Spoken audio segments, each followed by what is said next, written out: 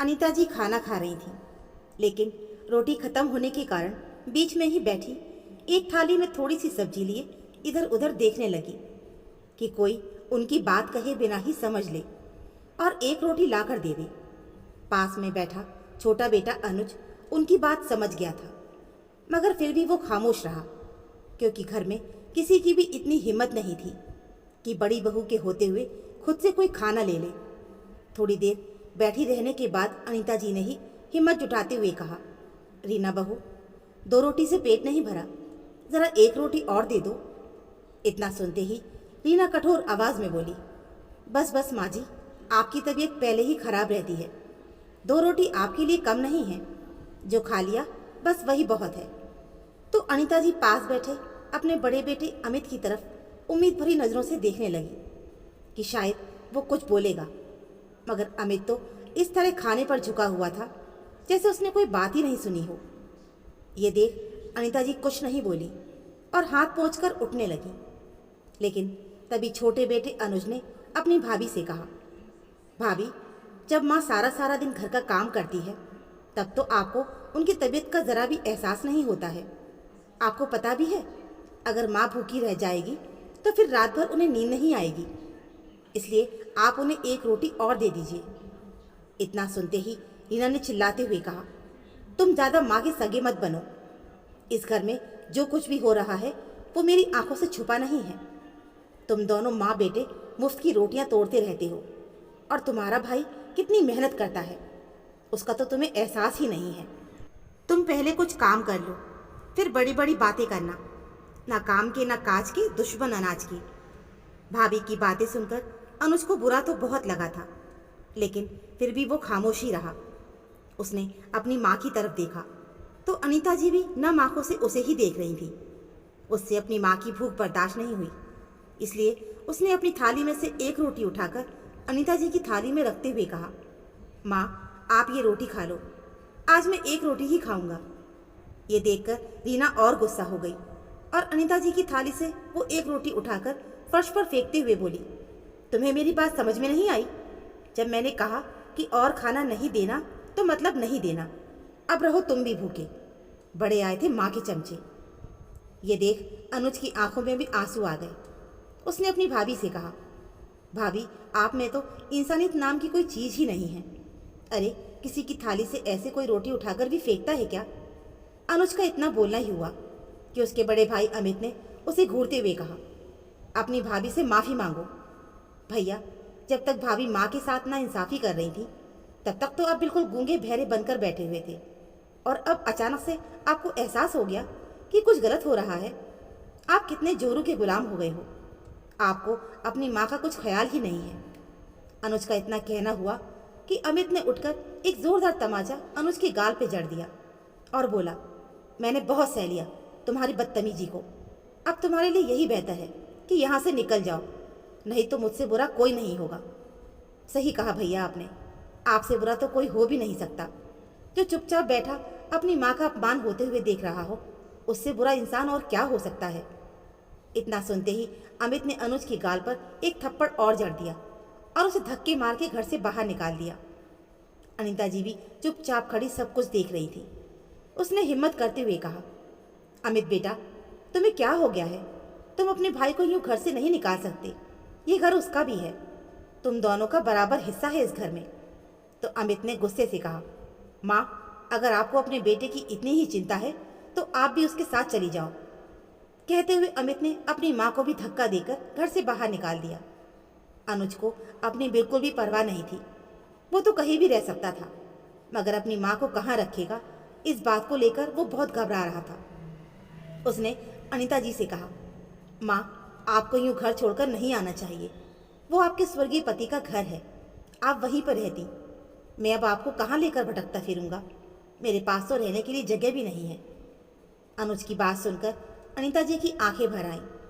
उसने कहा, तुम चिंता मत करो बेटा, तुम्हारे साथ तुम्हारी माँ है, भगवान ज़रूर कोई चमत्कार करेगा। कि तभी अनुज को ख्याल आया कि क्यों ना अपने दोस्त के घर चला जाऊं, और फिर कोई छोटी मोटी नौकरी मिल जाएगी तो एक किराए का घर देखकर माँ को वहाँ लेकर चला जाऊंगा, वरना अभी माँ को लेकर कहाँ भटकता फिरूंगा। यही सोचकर अनुज अपनी माँ को लेकर अपने एक दोस्त के घर चला गया। दोस्त भी उसकी मजबूरी समझ गया था, इसलिए उन्हें अपने घर में आसरा दे दिया। अनुज भी किसी पर बोझ नहीं बनना चाहता था, इसलिए अपनी माँ को वहीं छोड़कर सुबह उठकर नौकरी की तलाश में निकल गया। पर 2 दिन भटकने के बाद भी उसे कोई नौकरी हाथ नहीं लगी।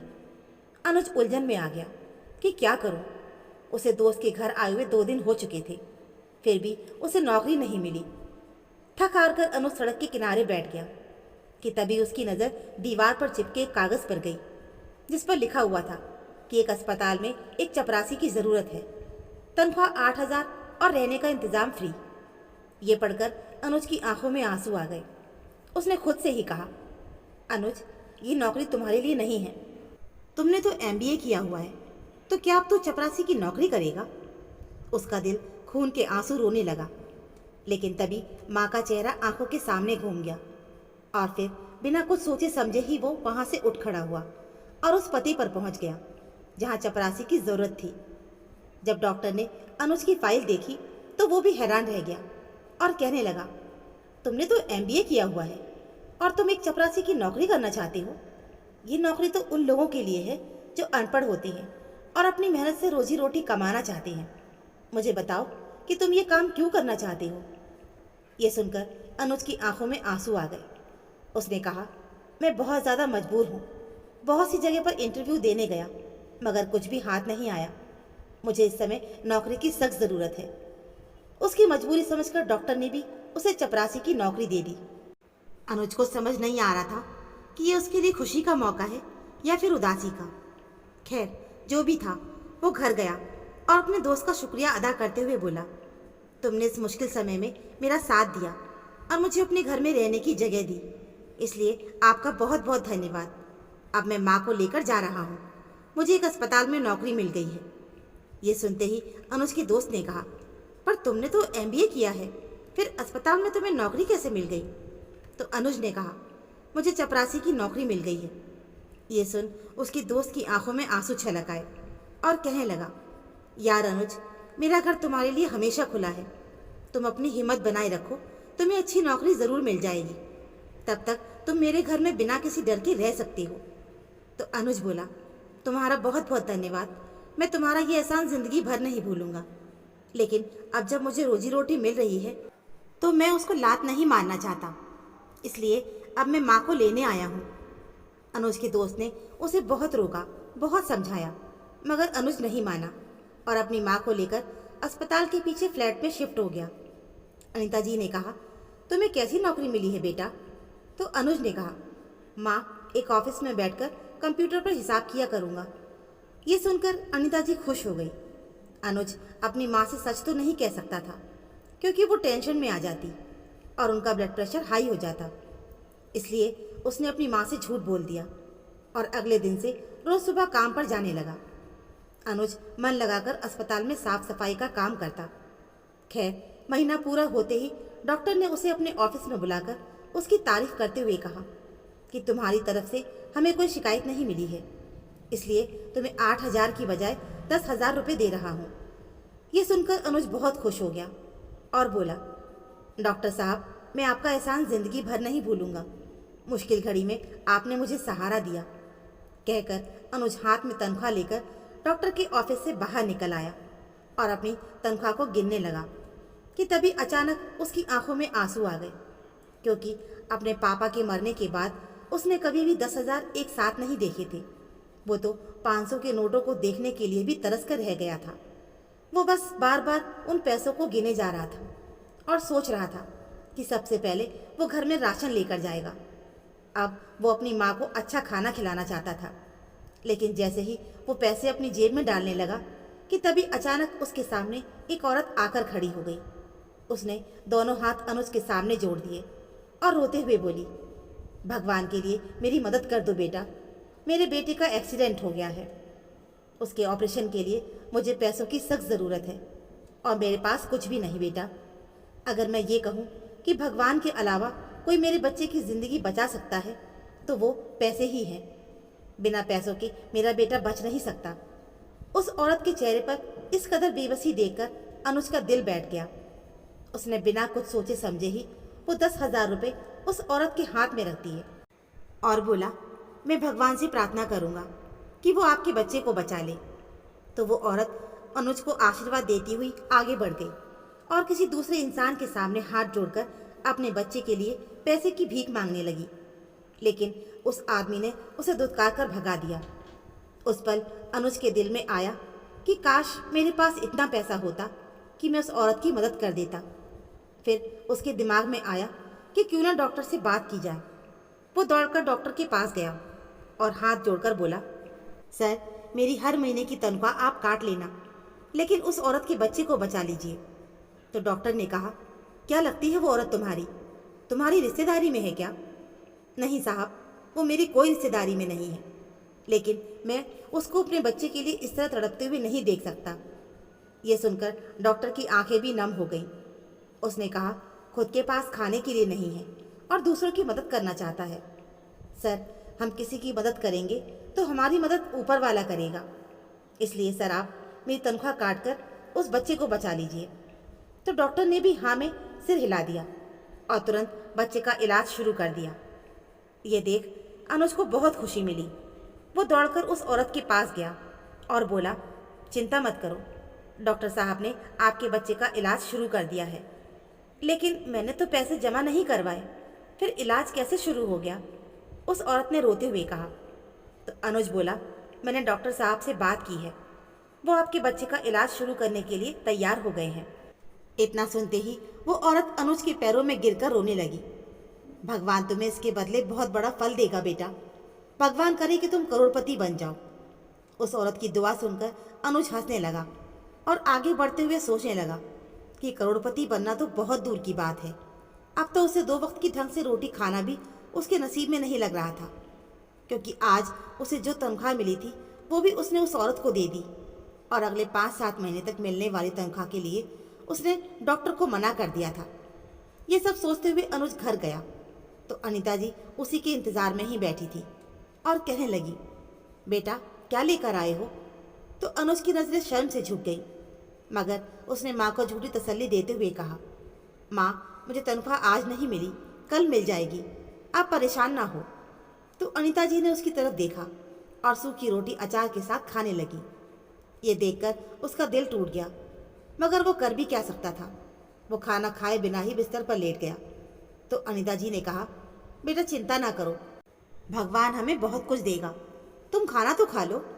तो अनुज ने कहा, माँ, मुझे ये झूठी तसल्ली मत दिया करो, भगवान हमें कुछ भी नहीं देगा, हम दोनों यूं ही जिंदगी गुजार देंगे। नहीं बेटा, ऐसा नहीं कहते, भगवान के घर देर है अंधेर नहीं। वो बातें कर ही रहे थे कि तभी घर के दरवाजे पर किसी की दस्तक हुई। अनुज दरवाज़ा खोलने गया तो सामने 2 आदमी खड़े थे। अनुज ने कहा, आप लोग कौन हैं? मैं आपको नहीं जानता। तो उनमें से एक आदमी ने कहा, चिंता ना करो, आप हमें नहीं जानते मगर हम आपको जानते हैं। कहते हुए उसने अनुज को एक चाबी और कुछ कागज़ हाथ पे रख दिए और बोला, यह आपके लिए एक सरप्राइज़ है, आप आराम से बैठकर इस खत को पढ़ना। ये कहकर वो लोग वहाँ से चले गए। अनुज भी ये सब देखकर हैरान था। वो घर के अंदर आया तो अनीता जी ने कहा, बेटा कौन था और तुम्हारे हाथ में ये क्या है? तो अनुज ने चिंतित स्वर में कहा, पता नहीं माँ, 2 अनजान आदमी मुझे ये पेपर देकर गए हैं और बोल रहे थे कि तुम्हारे लिए एक बड़ा सरप्राइज़ है। मुझे खुद इस बात का नहीं पता कि इसमें क्या लिखा है, अभी देखता हूँ। कहते हुए अनुज ने वो कागज़ खोला और पढ़ने लगा। उसमें लिखा था, मिस्टर अनुज, मैंने आज तुम्हें सिटी हॉस्पिटल में देखा था। तुम वहाँ एक चपरासी की नौकरी कर रहे हो, मगर तुमने आज तनख्वाह मिलते ही एक गरीब औरत की मदद की और फिर डॉक्टर के सामने गिड़गिड़ाकर उस औरत की मदद के लिए हाथ फैलाए। जब मैंने ये सब कुछ देखा तो मैं बहुत ही प्रभावित हुआ। मैंने सोचा कि तुम्हारे बारे में जानकारी हासिल करनी चाहिए। जब मैंने डॉक्टर से पूछा तो मुझे पता चला कि तुम एक पढ़े लिखे नौजवान हो, मगर तुम्हारे भाई ने तुम्हें घर से निकाल दिया है और इसलिए तुम एक चपरासी की हैसियत से यहाँ नौकरी कर रहे हो। कल शाम तुम इस पते पर पहुँच जाना, तुम्हारे लिए एक बहुत बड़ा सरप्राइज़ है और तभी तुम्हें पता चलेगा कि ये चाबियाँ किस चीज़ की हैं। खत पढ़ते ही अनुज गहरी सोच में डूब गया कि उसको इस तरह से बुलाने वाला कौन हो सकता है। उसे डर भी लग रहा था, क्योंकि आजकल तो फ्रॉड बहुत ही आम हो चुका था। कि तभी अनीता जी कहने लगी, अनुज, खत में ऐसा क्या लिखा है कि तुम उसे पढ़कर परेशान हो गए हो? तो अनुज ने उन्हें सारी बात बताई, जिसे सुनकर अनीता जी भी घबरा गई और कहने लगी, नहीं नहीं बेटा, तुम्हें कोई ज़रूरत नहीं कहीं भी जाने की। चुपचाप अपनी नौकरी करते रहो।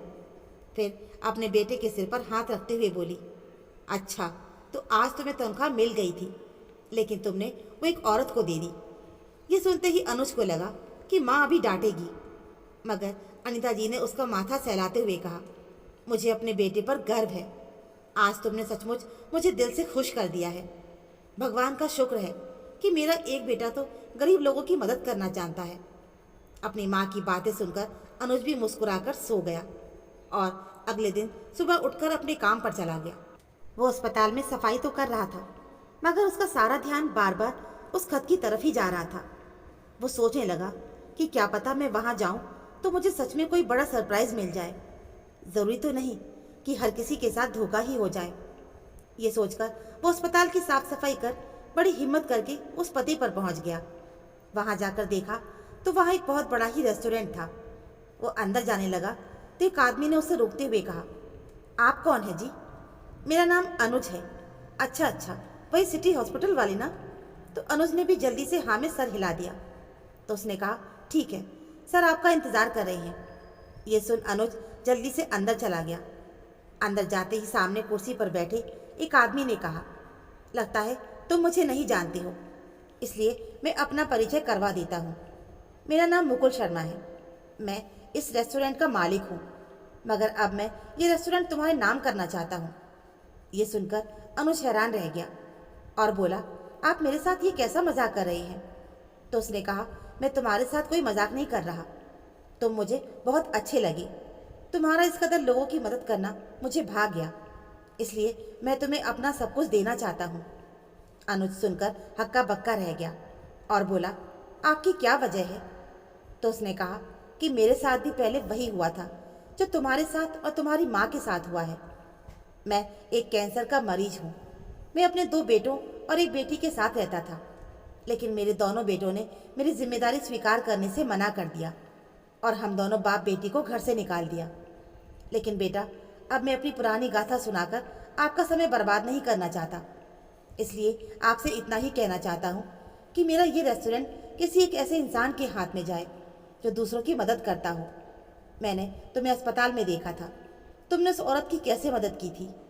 मैंने तुम्हारे बारे में डॉक्टर से पता किया तो उसने तुम्हारी तारीफ करते हुए कहा था कि तुम बहुत ही नेकदिल इंसान हो, खुद भूखे रहकर भी दूसरों की मदद करना जानते हो। इसलिए मैं अपनी प्रॉपर्टी तुम्हारे नाम करना चाहता हूँ। उम्मीद करता हूँ कि तुम लोगों के साथ भला करते रहोगे। बस मेरी तुमसे एक छोटी सी बेनती है कि मेरी बेटी का हाथ थाम लो और उससे शादी कर लो। मेरी एक ही बेटी है, मैं उसे उसके भाइयों के हवाले छोड़कर नहीं जा सकता। वो बहुत ही मासूम है। उसके भाई भाभी उसकी ज़िंदगी नरक बना देंगे।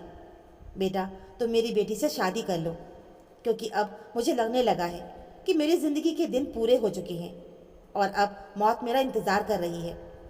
उस आदमी की बातें सुनकर अनुज हैरान रह गया। उसने कभी सपने में भी नहीं सोचा था कि उसका छोटा सा पुण्य उसके लिए इतना बड़ा फल देगा।